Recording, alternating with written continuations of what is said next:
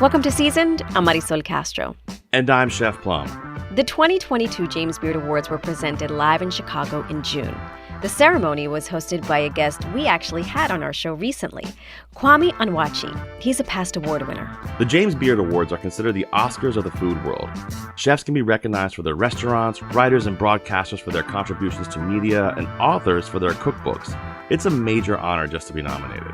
Ahead this hour, we're sharing highlights from interviews we had with 3 rising stars who won James Beard Awards this year for their debut cookbooks. Later in the show, you'll hear our conversations with Chef Gregory Gourdet and the home cook known as the Korean vegan, Joanne Lee Molinaro.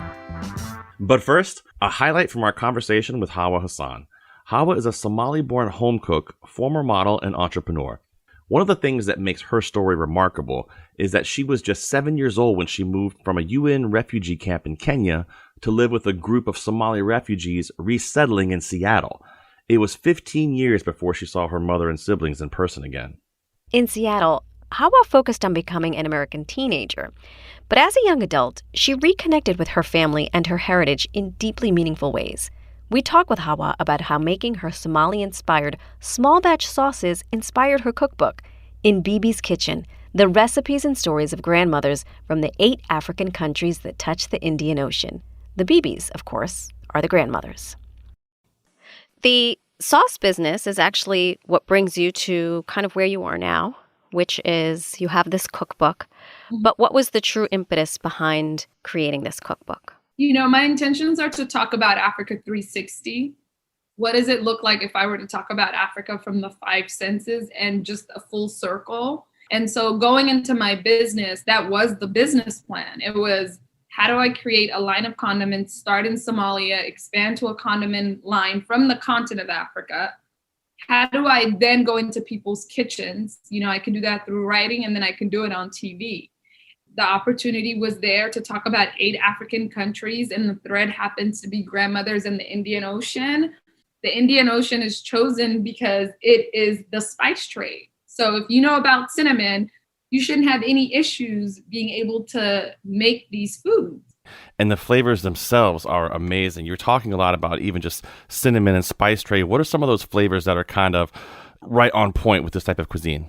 Coriander, cumin, cinnamon, cloves, turmeric, you know, whether it's toasting the turmeric, whether it's making your own spice blend, showing you that, you know, barabare can be used outside of Ethiopian food, but also enabling you and teaching you how to make your own spices, right? If I can, you know, remake your pantry, and if I can prepare your pantry, then you can cook from a global perspective. Something that you and your partner do, which makes complete sense for those of us who don't know anything about East Africa or Africa, the continent, is you take us there. So what is it that you want people who read this cookbook to understand about East Africa and what the Bibis or the grandmas bring to East Africa? Because that's essentially what enabled you to write this book. I mean, I want them to see themselves in the book. You know, the book was named Bibis for a reason. It was because 3 years ago, I was like, I know that Americans can say this. And grandmothers mean a lot. We all have a grandmother if we're lucky, right? So everything in this book has been hand-selected, has been selected with intention. And so my hope is that everybody who picks up this book sees themselves in it and can relate to the stories, the human stories, and then can place themselves in a kitchen by making the foods. So how I got to ask what it's like to interview grandmothers and talk about, especially with recipes with grandmothers, because I've done this in the past. And even from my own grandmother years ago, getting recipes from her, I mean, they're written on like some tomato wrapper or something. And it's all scribbled on there. Half of it, you can't even tell what she wrote. Was it difficult interviewing these grandmothers and getting the recipes from them? Difficult? No. Challenging in that, like, you know, we had to video it. There were language barriers. There was just space between us. Sometimes I was here and then a grandmother would be in Madagascar and our photographer would be with her, and there were electricity issues. So there were like logistical issues, but outside of that, these women were so excited to share their stories. They were so excited to be invited to the table. And I think that is all across the American landscape in terms of food. We don't talk about our elders, and we don't talk to our elders. We just appear on TV like, this is my grandmother's recipe. Like, oh, okay. Just the thought of you even saying, interviewing a Madagascar grandmother on Skype or Zoom, and my toes are twitching right now just thinking about all the issues that could arise from that. Yeah, there's a lot of being flexible, being, involved in making this. I could imagine. It's interesting, Hawa, because as I hear you talking, I rely heavily on my mom. I'm still lucky enough to have her. And I think about her. I don't have my grandmothers, but she'll often talk about her aunts or her sisters who are all in their 80s and 90s. And something that struck me, and they're all grandmas, right? Or abuelas. Mm-hmm. And what strikes me is kind of comical. They will fight over who makes the better rice, because there is no faster way to get your Puerto Rican card snatched from you than to not make rice with begao, which is like the burnt part, right? And I know every country has its own version of that. Was there any infighting with your BBs? Were they like, oh, I make this really well? And you interviewed another one and she was like, oh, no, that's not how you make it. Yeah, no. So only 2 of the BBs know one another. And one is in Yonkers and the other one is in Nairobi. I think it never even occurred to them until the book was out, the scope of the book. Hawa and her co-author, Julia Turshen, interviewed each BB, and we asked Hawa what struck her about these special women. I think most of them, the way they talked about time and how they've spent their time, what they're most proud of is often the same thing, which is their children or their grandchildren. Yeah. There was no air about any of them, and there were ones that were like, the wife to an ambassador, or, the so-and-so of her tribe. And all the questions were the same. And every answer was often similar in that when they look back, what they're most proud of is the children that they've had and the communities that they've built. That's beautiful. I love that. I also love that you've profiled a BB in Yonkers, New York. That is hysterical to me. Are there any BBs in particular that stood out for you or that stuck with you? I mean, all of them have touched me in their own way, but Ma Gannett, who lives in Yonkers, has an incredible story. And, I call her like the MVP of this book, because even when I thought I couldn't go on, I would like send her a text and she'd be like, talk to my friend in London. Oh. She just is incredible in every sense of the word. And the day that I went to her house, it was a feast. She's always stuck out to me, and it's the country that I've grown up the closest to. All my friends are Eritreans and Ethiopians. And so it was almost like a homegoing for me. Mm-hmm. Hawa, oftentimes in a cookbook, you'll get some sort of prologue or some sort of note from the author saying, this is what you need to make successful recipes for this particular book. So what do we need? What are the essentials to cook African food? I think you have to have a pantry that's reflective of the foods you want to make. So your pantry has to go beyond peppers and salt. You're going to need cumin. You're going to need coriander. You're going to need turmeric. You're going to need cloves. You're going to need black lime. You'll need that. And so I think also once you start to build a pantry that's reflective of the world, you'll start to see that it expands even the way you think about the world. And what you're able to cook also expands, right? Because if you have rice in your pantry and you have the spices, you're able to make a Persian dish. Mm-hmm. You're able to make a pilaf-styled rice from anywhere in the world. And, we're lucky. We live in a world now where we can get any of these things from Amazon and have them delivered in 2 days. Absolutely. Anything. Absolutely. Yeah, and in some areas, you can go to the bodega and find all... I just got turned on to a bodega in South Norwalk that I had no idea existed.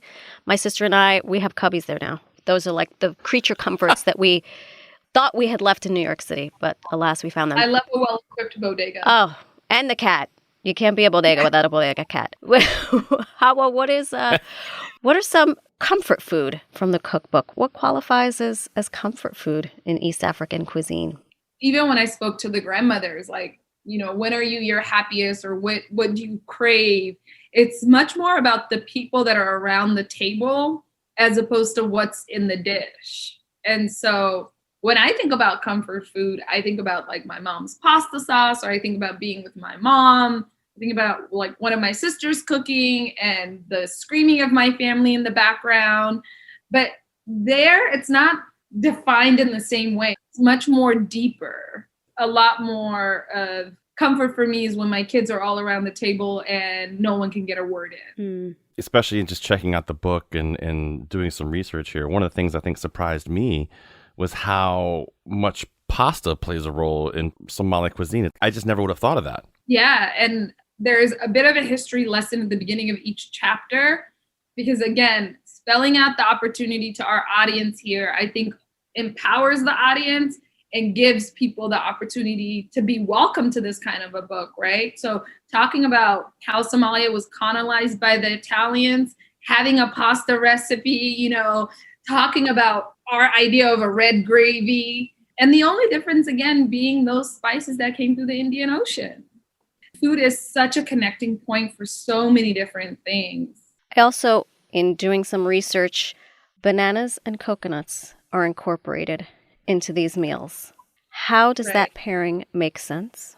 Because I'm talking about savory stuff. I'm not talking about I can make my kid a banana and peanut butter sandwich and it makes complete sense to him. But if I put a banana in his carne mechada, he would probably throw it in my face and be like, woman, what are you doing? Until he gives it a try. I mean, it's really all about how do you incorporate sweet and savory. I can't think of a time in my life where I didn't think a banana was good with a pizza, or it's good with everything. Oh boy. Bananas and pizza. I don't know, as Connecticut people, I don't know if we can say that. I don't know if that's okay or not. Pizza's a religion here. We'll have to talk to our friends in New Haven who, that pizza's religion. Oh my gosh. Sorry. I believe pineapple goes on pizza, so I'm probably not qualified. I know. I'm sorry, everyone. Yes, I love it. What are some of the first recipes folks should dive into when they get your cookbook? The sukimo, which is greens with tomatoes, collard greens with tomatoes from Kenya. It's literally 6 ingredients. It cooks really fast. It's a different version of what people are used to because you've got coriander, cumin, and turmeric in there. Another thing I would say, an easy place to start would be in the Somalia chapter, the sugo, which in Italian means sauce. The only difference is the hawaj spice that goes into that. Again, very reflective of the Indian Ocean and those warm flavors. We have a starter bread in here that has 3 or 4 ingredients in it called kitcha from Eritrea. Cooks really quickly and easy to make. We've got some recipes actually featured on the website, ctpublic.org/seasoned, that I want to dive into a little bit and talk a little bit about. Just the chef in me wants to talk because, like I said, I think this is a cuisine that we don't spend enough time on and need to learn more about. And that's why I think this book is so important.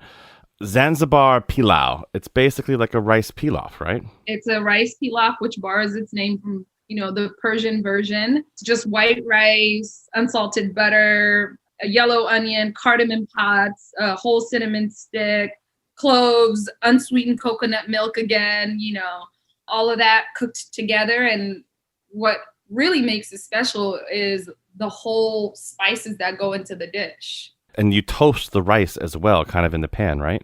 Yep, you do that in the beginning. Yeah, I think that brings out more of those nutty flavors and just adds a depth to the rice, which is unbelievable. And just like the Somalian dish, the pilaf is often started with the aromatics, which is kind of a bit different from the way that rice is made here, but it's what really makes it special and opens up all the flavors in both of the dishes. I live for rice. I'll go to a restaurant in a foreign land. I see a dish that has rice. That's the one I'm ordering. I out myself out as being from the Caribbean every single time. So I went to Puerto Rico not long ago, and I was shocked by the similarities in the food. Yeah, it's unbelievable. Talk to us about the kicha fit fit. Yeah. So that's just a torn flatbread with spice butter and yogurt. Again, it starts with the kitcha, which is it's just bread. What makes it special is the ghee butter that's often used in Ethiopia and Eritrea. They have their own called ibe, and it's just salt, barbare, and butter. There is a vanilla sauce from Madagascar.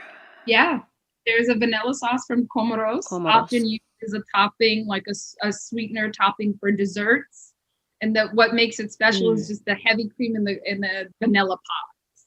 And so, we say make sure that your vanilla is from Madagascar if you're going to make something like this, or Comoros. Duly noted. I actually just ran out of vanilla. It's so expensive. It's not cheap. That's the problem. Especially now. Well, it's interesting because I saw what you do here and how you serve this. You use it with lobster, which is great. But I will, when I'm poaching lobster in butter, I'll put vanilla pods in there. Ooh. Delicious. I love it. And you can't make a cookbook without some drinks, right? There you go. Here we go. Buna, an Eritrean coffee. It was part of a coffee ceremony? Eritreans and Ethiopians have a coffee ceremony for, you drink coffee after you eat. Again, it's a part of like sitting in community. And so I can't remember the amount of times that Ma Ganet made me drink the little tiny coffee, but they make it in a thing called jabana. And then they just pour it for you. But it's the roasting of the beans, the grinding. That's what the ceremony is. I think it's kind of an interesting way. We're coming full circle here with this interview, ending it with the drinks and talking about the tea that you opened up with. And we're going to end with the tea as well. It looks like here, the Shah Cadet. Did I say that right? Yeah, it just means white tea because we put milk in it. So it's Shah. And it's got ginger and cardamom and clove and even black pepper in this tea. It sounds like with that black pepper, it would just be too much, but it's not, is it? At all. I just made it the other day, actually, and I make it in a pot instead of a tea kettle. And just as I was boiling it, I was like, oh my God, it feels like I'm sitting with my mom in the living room, because there is something really special about the cloves and the cardamom and the black peppercorn. And I think that when people think about spices, they often think about the way that it's traditionally used. And so if I could offer any advice, it would be to just start over with how you're using your things, just the kind of the same way that I did with vanilla pod and lobster. I was like, oh, okay. That was Hawa Hassan. We spoke with her about her cookbook, In Bibi's Kitchen. It just won a James Beard Award. Visit our website to see 3 recipes from the book, including that Zanzibar rice we talked about. Visit ctpublic.org/recipes. Later in the hour, we'll spend some time with the home cook millions of fans know as the Korean vegan. I'm Marisol Castro. And I'm Chef Plum. Coming up after the break, Chef Gregory Gourdet. We were really inspired by the wellness journey he describes in his cookbook. I just really looked at my life and I said, do I want to keep doing this? Do I want to feel sick every time I, drink something, or have a chest ache every time I smoke a cigarette? How much longer can I do this? This is Seasoned. We'll be right back.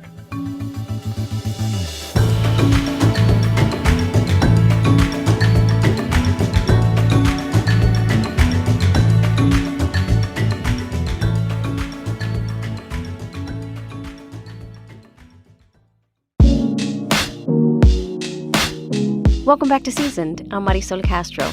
And I'm Chef Plum. We're shining a light on past guests who just won James Beard Awards for their debut cookbooks. You might have seen Portland-based chef Gregory Gourdet when he was a contestant on Top Chef. He's currently a guest judge. He's also an ultra-marathon runner and a CrossFit enthusiast. Gregory Gourdet is a graduate of the Culinary Institute of America, and he's the author of Everyone's Table: Global Recipes for Modern Health. His co-author is J.J. Good. It's so good to see you, Chef Gregory Gourdet. Thanks for joining us. My pleasure. Thank you. So I've been a fan since Top Chef. I was rooting for you then, just as a New Yorker to New Yorker. Thank you. But you are Haitian by way of Brooklyn and Queens. Mm-hmm. How did that pan out, those early years back in the gritty streets of New York? Yeah, I grew up, born in Brooklyn, raised in Queens. Right after I was born, my parents moved to Queens, where we lived for many, many, many years, many decades. Catholic school, very Haitian household upbringing, very big Haitian community with a lot of families of immigrants and immigrant families. It's oftentimes one group of family members will move to, a country and then followed by other relatives. So, aunts would visit. Both my aunts kind of had work in the States. My aunt, Micheline, she has a clothing store in Haiti. So she would shop in the garment district all throughout the city. My cousins, a lot of them moved to New York to go to school. So it was always a very, very busy, bustling household. My parents worked quite a bit. They worked 2 jobs to provide for us. So oftentimes, my grandmother or aunts would come and stay with us and take care of us while my parents were at work all day. It was a very, very loving household filled with lots of family, lots of relatives coming back and forth from Haiti. and lots of Haitian food, actually. But the thing is, like, I just didn't cook when I was younger.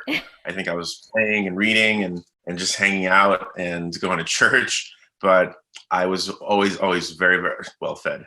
I believe that as I started to read your cookbook, which reads like a novel in many ways. You brought me back to my days after going to Mass. I'm Catholic also. I'm first generation. And Mass seemed like forever. And I just couldn't wait to get home because I knew there would be plátano maduro. Yeah. There would be huevitos. There would be just this great platter of food as soon as I ran past those church doors. Was that similar to your experience? Oh, absolutely. So Catholic school, church every Sunday. My parents were really religious, but they were great. They never really, forced religion upon us. It was a very welcoming and like understanding household for sure. And I'm really grateful for that.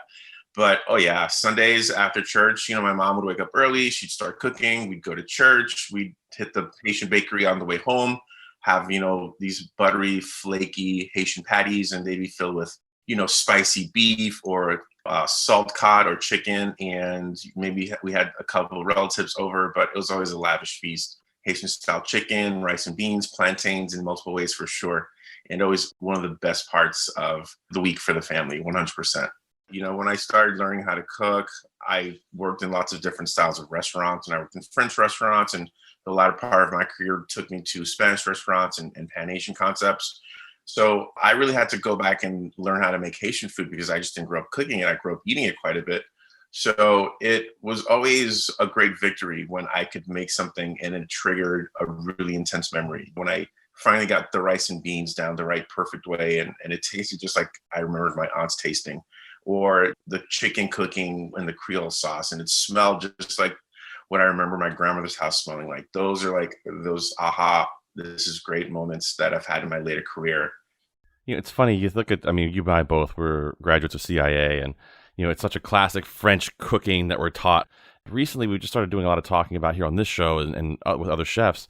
They don't really teach us a lot there about, like you mentioned, Haitian cuisine or Norwegian cuisine or African cuisine. It's pretty straightforward. And I think that's kind of a downfall. We really need to try to learn more about those cuisines. I think they can get lost in the mix if we're not careful. Yeah, I definitely think there's a lot of conversations about that, how, there isn't just one food. And oftentimes, even on Top Chef, recently we had a Pan-African challenge, and a lot of the conversation was about how, oftentimes the stories about French food or Italian food, maybe even Japanese food. We think about those type of restaurants as fine dining, but we don't think about, other cultures. And there's definitely a huge movement in our country, I think, as more people become entrepreneurs and business owners and more smaller restaurants kind of gain some fame and garner more guests and put themselves on the map.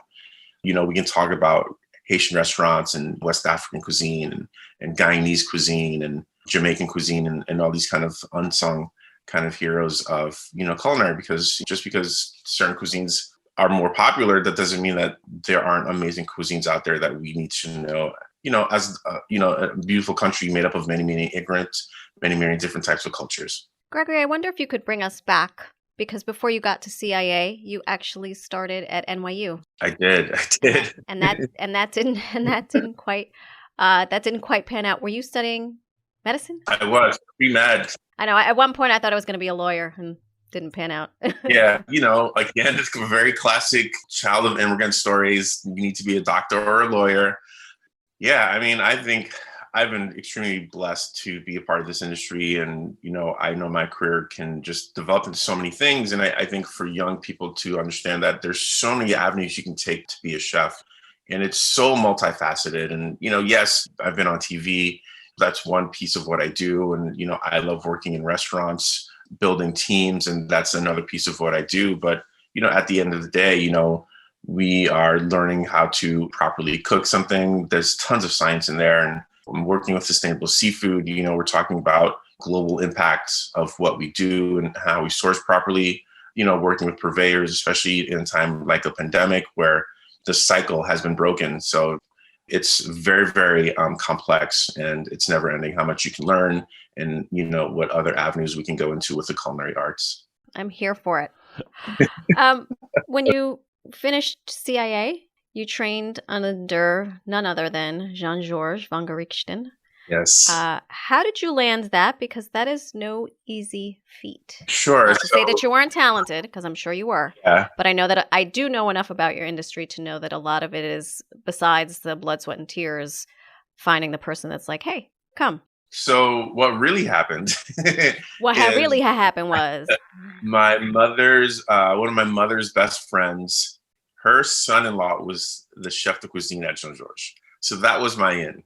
And this was in 1998, 98 to 99. And yeah, it was a really, really tremendous experience. I had a fantastic time. I learned so much. I felt a lot of the things that I was taught in school, I was retaught at Jean Georges. You know, there's a world of flavors out there, and that's something Jean Georges taught me as well. To be able to cook in New York City during that period, you know, was definitely a career-defining kind of life-defining experience for sure. It was definitely a heyday, and it was definitely very, very fun. But those early years cooking in New York were also fraught. As my career accelerated, I developed a very, very nasty drug and alcohol habit. And I started experimenting with drugs, you know, very, very early. A lot of, you know, teenage people, adolescents kind of go through those experiences. You know, you're young, you're growing, your body's changing. You're just kind of curious for life and experiencing new things. That really led into a very hungry part of me kind of going through the same thing in college in Montana. You know, recreational drug use became quite a problem. And I remember specifically the first time I was late for work from drinking too much the night before. I really timestamped my battle with addiction as, you know, starting on that day. Over the course of the next 7 years, you know, it just really got darker, and there are definitely some good times, but it definitely got darker. By year 5, I was addicted to smoking cocaine and definitely addicted to drinking. I had been going through jobs at that point, working at multiple restaurants in New York City, you know, places like I don't even put on my resume. You know, it was a dark time. You know, I was with a good friend of mine, and he was kind of going through the same thing. And we were just kind of supporting each other through this kind of dark phase of addiction, and you just like making poor choices. But at the end of it, I checked into rehab in Union Square. Good for you. And it was an outpatient rehab, but it actually took 2 years, you know, after my first check into rehab to finally get sober. And then I did that through Alcoholics Anonymous. And when I finally got sober, you know, after so many years of just ups and downs and moving across the country and moving from state to state and going through jobs, I just looked around and I took stock of my life. I just really looked at my life and I said, do I want to keep doing this? You know, do I want to be unhealthy? Do I want to feel sick and tired?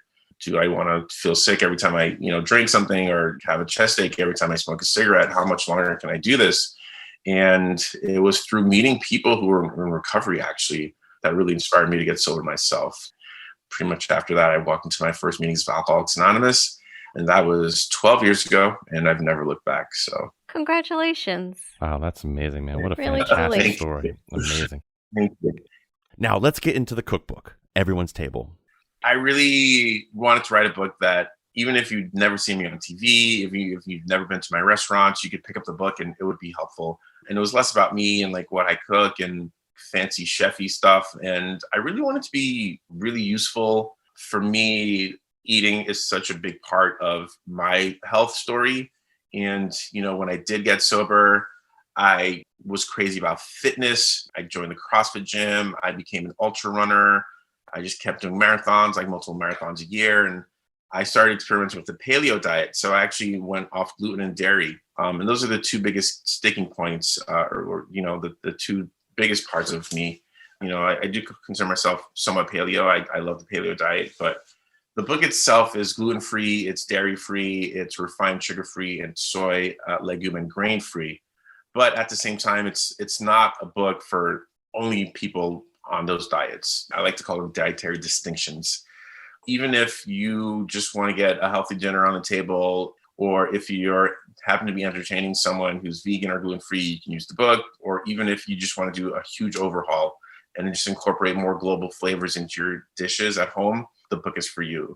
I mean, the book's many parts are A, it's based off the top 100 superfoods. B, it's 100% allergen friendly.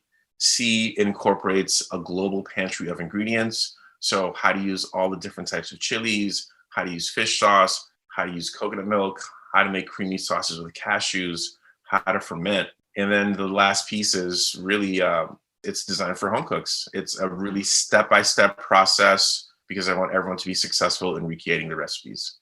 Chef, I think one of the things that I love the most about this is that it's important to know the origins of ingredients and dishes. And that's a big thing with you, too. You think it's such an important thing to understand where these things come from, why we're using them, and the history behind them. Yes. For me, understanding the culture behind the cuisine is extremely important. And this is another element, another layer of cooking that is so fascinating to me. And having been someone who's worked in all these different styles of restaurants and has been working with all these different types of ingredients, and I've learned all about these different types of cuisines. And, I've been to Asia numerous times, and I've been to Europe numerous times, and I'm going back to Haiti now as much as possible, connecting with how these ingredients kind of made their way across the world, the origins of how they came to be these iconic dishes that we think of. I think it's absolutely fascinating. And, one of my favorite examples is, oftentimes when we talk about jerk, and there's a jerk inspired recipe in the book, why is there sometimes ginger and soy sauce in jerk? And that's because of the Chinese immigrants, that moved to Jamaica. Mm-hmm. And this type of story, is very common. And we see it in so many of the foods and some of the iconic dishes. It's kind of like a couple of ingredients. You're like, well, how did this make it this way to this specific dish, this specific country? So the book goes into that. It goes into a lot of the story behind a lot of the Haitian cuisines and just that kind of game of telephone, that game of transportation. And, the reality of it is a lot of it has a bit of a dark past, slavery, indentured servitude, colonialism. All these things kind of created so many of the flavors that we consider iconic to a specific place. So I think it's important that we know the history of these foods, the good and the bad. And getting that connection to the people, I think that's important too. Absolutely. That's a great piece that it connects you with the story behind the people as well. Can you share some recipes from the Haitian heritage part of the book? Oh, sure. Pineapple upside down cake is a very, very iconic Haitian dessert.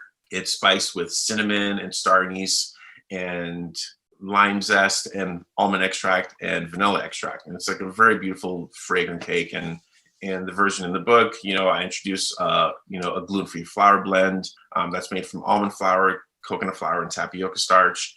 I personally think the cake crumb is absolutely wonderful. And I've taken out the butter and the oil, and I've replaced it with coconut oil, and I replaced the sugars with, maple syrup and coconut sugar. So kind of like switching out a few ingredients just to make these dishes a little bit lighter, a little bit healthier.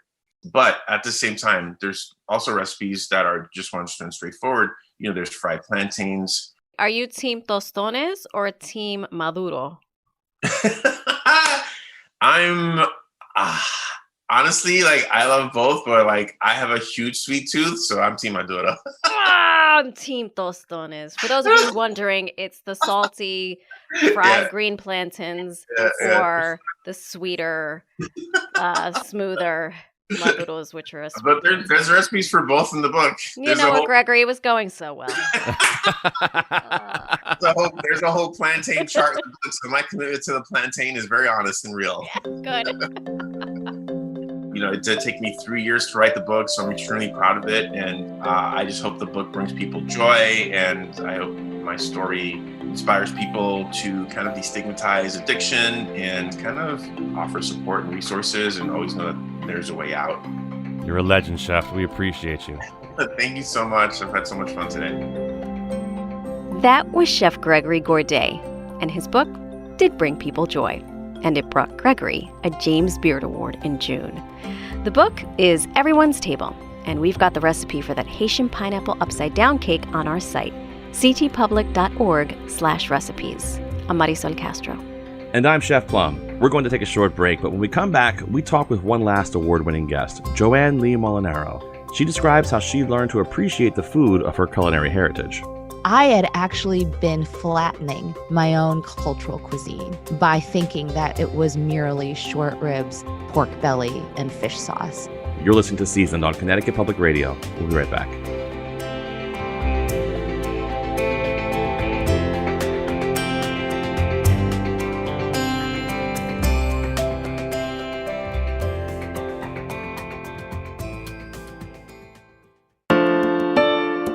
Welcome back to Seasoned. I'm Marisol Castro. And I'm Chef Plum. We're listening back to highlights from conversations we had with 3 past guests who just won James Beard Awards for their cookbooks. In our much longer conversation with content creator Joanne Lee Molinaro, she described growing up on Korean food, indulging in an American diet in college, and rediscovering her cultural cuisine as an adult. We also talked about how she embraced veganism and shared the family stories that figure prominently in her gorgeous book, The Korean Vegan Cookbook. When you talk about Korean food, I wonder if we could go back to your mom's experience, your oma, and how that figures into your journey. Oma, as I talk about in the book, her earliest story, it's not her memory because she was too young to really call it her memory, but I imagine that the story was shared with her by her parents and perhaps her older sister who was old enough to remember this. Her earliest story was of nearly dying. In fact, her parents, my grandparents, thought about drowning her. And the reason for that was during that time, it was the beginning of the Korean War. Everyone was trying to evacuate North Korea, which is where my mother was born at that time. And they were told they needed to escape to the southern region of the peninsula through a U.S. Navy ship. Unfortunately, it took 2 weeks to get there from where they lived. And by that time, walking for 2 weeks with 2 babies, my mother being one of them, she had no food, they had no water, and she was dying. She was in complete agony, and I don't have children, but I can't even imagine being a parent against the backdrop of war, having no food, no water, no money, no understanding of the future, and watching your infant daughter wailing because she's starving to death. But luckily, an American soldier saw that my mother was screaming and gave her a Hershey bar. And ultimately, that chocolate bar is what saved her life. This is the story of her life, is starvation, is need, this idea of food safety. People use that a lot right now, food security, food safety, food accessibility. That takes on an entirely different meaning for people like my mother and my father. It's not about, I want organic kale in my grocery store. It's like, that's just not how they view things. And so, especially when I went plant-based and I told them that I was going to forego meat for the rest of my life, for them, it was a very difficult concept. They're like, what are you talking about? We worked so hard. We gave up so much so that you could have meat on your table every single day. And now you're telling me that you have the audacity to choose to give it up. And it was then that I realized that my decision, and I'm not saying this is true for everyone, but my decision to go vegan is a very privileged choice. It is very, very steeped in privilege. I am very lucky to be able to fill my dinner plate with the things that I want. My parents were not that lucky. But how did you embrace veganism? Like, what made you make the turn? I embraced veganism for a very silly reason. Really, it's like because my then boyfriend wanted to go vegan, and I was like, okay. I really didn't want to. I was paleo at the time, which is basically the exact opposite. I believed in high fat, high animal protein, low carb. I thought that was the path to health. And I thought this vegan thing was the path to no health. Like, that's what I thought. I didn't want to join him. I didn't think that it was possible for me to be Korean and to be vegan at the same time. Like kimchi, fish sauce, pork belly. I was like, I don't think so. But it became clear pretty quickly into his exploration of the diet that A, it was not a phase, and B, if I didn't join him, it would create a wedge between us. Wow. So ultimately I was like, fine, it's not gonna kill me. I'll try it. And that's what happened. My chef brain goes, wait a minute, Korean food, like, I mean, I don't think of vegan food being Korean. Like, it just doesn't click in my brain, you know? Yep. I mean, I love Korean short ribs. Like, what are we talking about? I had the same problem. It's interesting because for me, I think of indigenous people. I think, Joanne, that my family's from Puerto Rico, and there has been this massive vegan movement in Puerto Rico. And you think about that food, pernil, chicken. I mean, it's heavy, heavy animal protein. And yet there is this vegan movement across the island and throughout the Caribbean. Mm-hmm. And I wonder if you could speak to that a little bit. It's such a strange dichotomy to embrace your culture, right? Embrace your being Korean, embrace my being Puerto Rican, and not lose sight of the fact that I can still be in this culture and choose to lead a different way of life. Because let's face it, if you're vegan, that is a way of life. How do you maintain that integrity and stay true to those two things? Are the two things mutually exclusive? Because I try explaining this to my 85-year-old mother, and she's like, ¿Qué? These people don't eat carne? What is that? And I'm like, yes. Yeah. And she thinks, she thinks they're crazy. At first blush, it does sound crazy. But I think if you do a little bit of digging, you'll realize that most cuisines are heavily vegetable centric. They may be relegated to a side dish or garnish or as something that provides texture or things like that. For example, in Korean cuisine, it's like 80% vegetables. Pickled vegetables, cured vegetables, sauteed vegetables. Chinese food is very similar to that. I mean, Chinese food, they know how to cook vegetables better than anybody, I feel like. And so my grandmother was a farmer. Our yard was corn, squash, perilla leaves, peppers, tomatoes. I mean, all totally 100% vegan. And all of these sauces, soy sauce is vegan. The barbecue sauce that you're putting on those short ribs is likely vegan. I mean, it's made out of soy. It's made out of garlic. We love our garlic in Korean cuisine. Kimchi, take out that fish sauce and it's vegan. And so I discovered that I had actually been flattening my own cultural cuisine by thinking that it was merely short ribs, pork belly, and fish sauce. There's so much more to Korean food, and I suspect many other cultural cuisines than sort of the top 3 things you think of on YouTube when you Google that food, There's just more to it.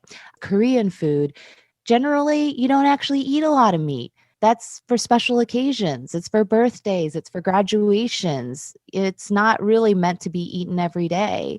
It's the kimchis and the muchims and the jigaes that are not meat-centric that are eaten every day. What are the staples of the Korean pantry? Yes, gochugaru is a big one. And I say that one because I know it's a little bit more difficult to get. They don't generally sell that at Western grocery stores. You do need to get it online or you need to get it at an Asian grocery store. Gochugaru is Korean pepper powder. So you take Korean chilies and you dry them and then you pulverize them. So it's just like a spice.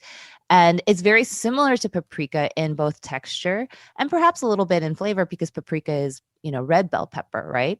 And then, gochujang is the sauce counterpart. So it's like a paste. It looks a lot like tomato paste and it has that sort of same rich umami, but it's spicy. It's a little bit sweet. And then it's also got that funkiness because of the fermented soybean. And then you have doenjang, which is, straight up fermented soybean paste. It's a lot like miso, but it's more intense. And then you also have soy sauce and a variety of different kinds of soy sauces.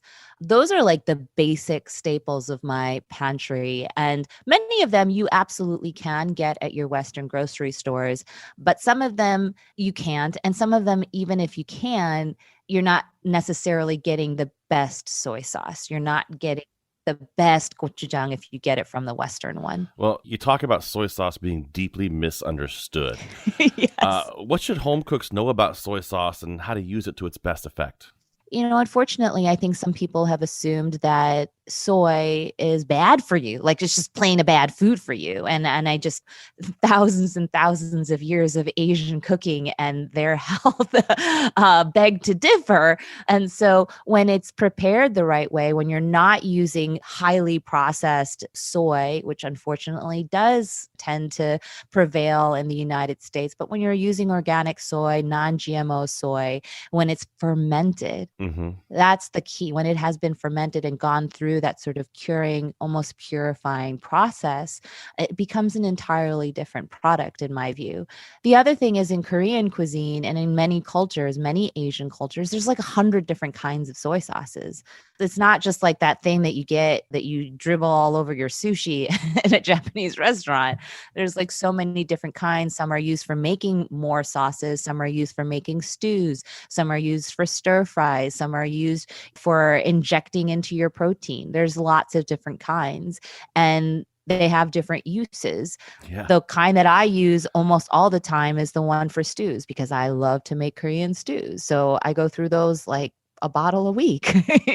And while we're talking about ingredients, we also got to talk about dried mushrooms a little bit because for a vegan, that's a great way to get a lot of flavor pretty quick. Absolutely. And you would know this better than most people, Chef, is that there are like a bajillion different kinds of mushrooms out there too. Yeah. I mean, and each one does provide different kind and different intensity of flavor.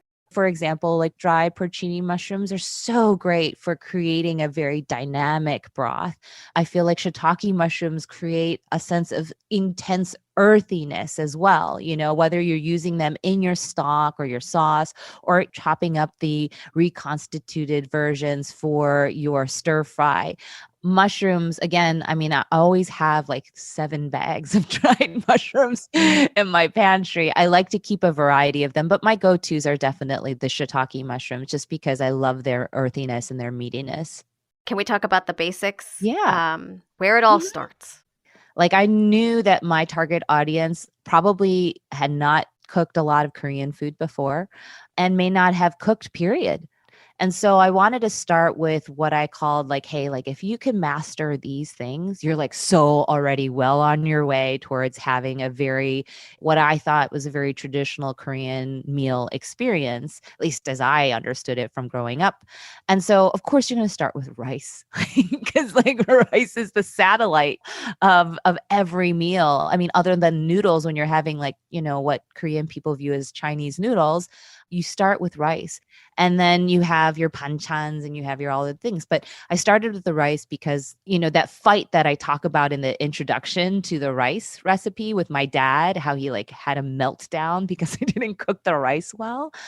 I mean, that's very understandable because in Korean culture, like rice is survival. Rice means you live and you don't die. So when you F up the rice, it's offensive. The thing that always trips people up with rice is how much water do I put in? Right. And for me, the way that I learned, like I distinctly remember my father showing me, okay, you pour the water in and then you put your hand in the water and then it goes to this part of your hand and that's when you know you have enough water. Right. There's no measuring cups, like nothing like that. It's like how much of your hand is submerged in the water. That's how you do it. That is exactly how I learned. That was Joanne Lee Molinaro. Find her online everywhere. She's at The Korean Vegan. And we've got recipes for her riff on pecan pie on our site, as well as her version of grilled steak. And don't worry, vegans, it's shiitake mushrooms. Find the recipes on ctpublic.org/recipes. And visit our show page for links to all the featured recipes from today's episode. And to listen to our extended conversations with Hawa, Gregory, and Joanne, go to ctpublic.org/seasoned. I'm Marisol de Castro. And I'm Chef Plum. Season is produced by Robyn, Doyon-Aitken, Catie, Talarski, Emily, Charash, and Catrice, Claudio. To keep up with the latest on Seasoned, follow at CT Public on Facebook, Instagram, and TikTok. And we're at WNPR on Twitter, or just follow the hashtag SeasonedCT on all platforms. Thanks for listening, everybody. You can catch past episodes of Seasoned on Apple Podcasts, Google Podcasts, Spotify, Stitcher, or wherever you get your podcasts.